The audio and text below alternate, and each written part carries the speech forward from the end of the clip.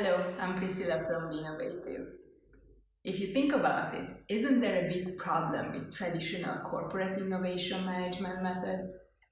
Can you imagine that founders of really disruptive tech companies like Instagram or Airbnb, if they were employees of a large enterprise, would they fill in a form with their initial idea and wait for the innovation team to review it?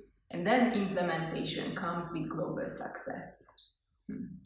Something just doesn't feel right here. I highly recommend watching the presentation of Nathan, one of the founders of Airbnb, about the real Airbnb story. Links in the description below, make sure to check it out. Just one single piece of this story is that did you know that they met over 50 investors in the past 2 years? And all of them thought that this idea is actually stupid. It would never work. They even started selling cereals at one point just to make some cash. Paul Graham from Y Combinator thought it is the worst idea ever to invite strangers to your house and make them sleep on the floor in the living room on an airbed. It was hilarious that he asked, "People are doing this? The Airbnb? What's wrong with them?" Cutting the story short, today there are over 150,000 guests each night to book someone else's room for a night for money. And Brian, Joe, and Nathan, the founders of Airbnb, created a new generation of entrepreneurs. But what will happen to intrapreneurs? Innovation is not a linear process. This is why it is so unfortunate to train employees of large enterprises with the stage gate process. I know for some of you this may be controversial to say that there is something wrong with the stage gate process. And I don't even mean it for incremental innovation, but it will definitely not work for breakthroughs. Do you know what it does with your company's innovation culture? You as an innovator would have to stop every single time and wait for someone else to review your idea.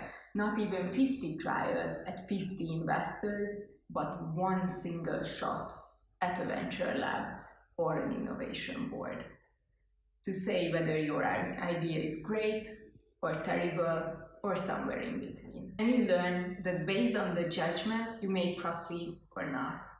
This is the most harmful we can do. Creative solution is subjective. It's not like 1 + 1 = 2. You have a million possible great and terrible ways to solve a creative problem, and real innovators know that. They take time and courage to connect the dots.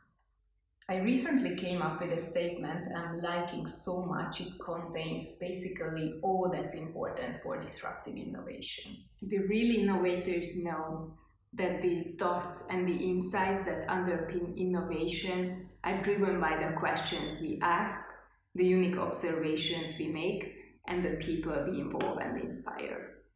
So what is it we should do differently to disrupt traditional innovational methods to make it more convenient to Silicon Valley innovation?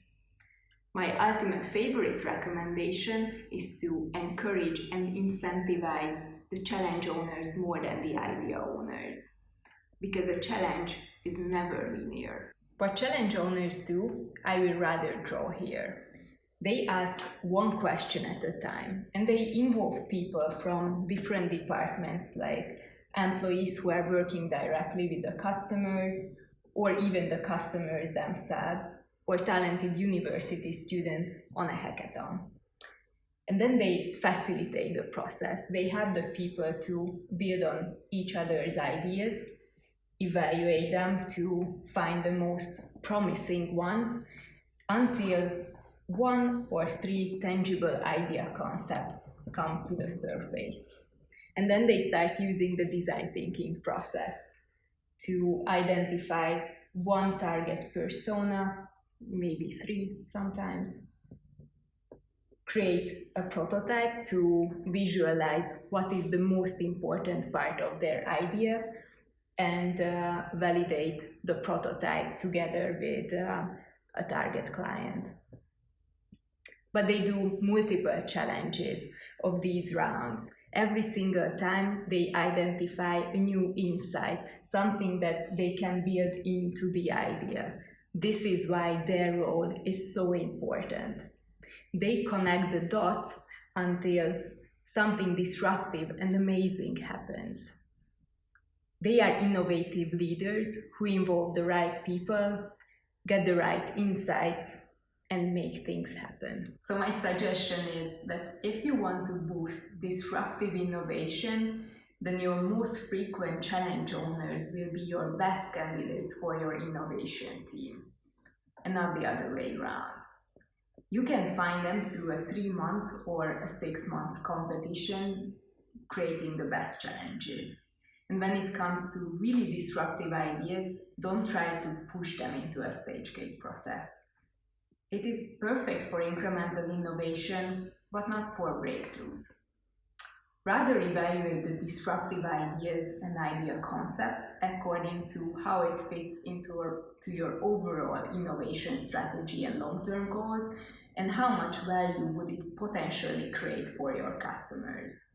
This is what will remain the same, but the initial idea's quality will continuously change as you go through the design thinking process, which is full of challenges, questions, discoveries, and experimentation in small steps, small iterations in an agile process. But this topic will rather be part of another video, so please subscribe to our channel and you will see when the next video will come out.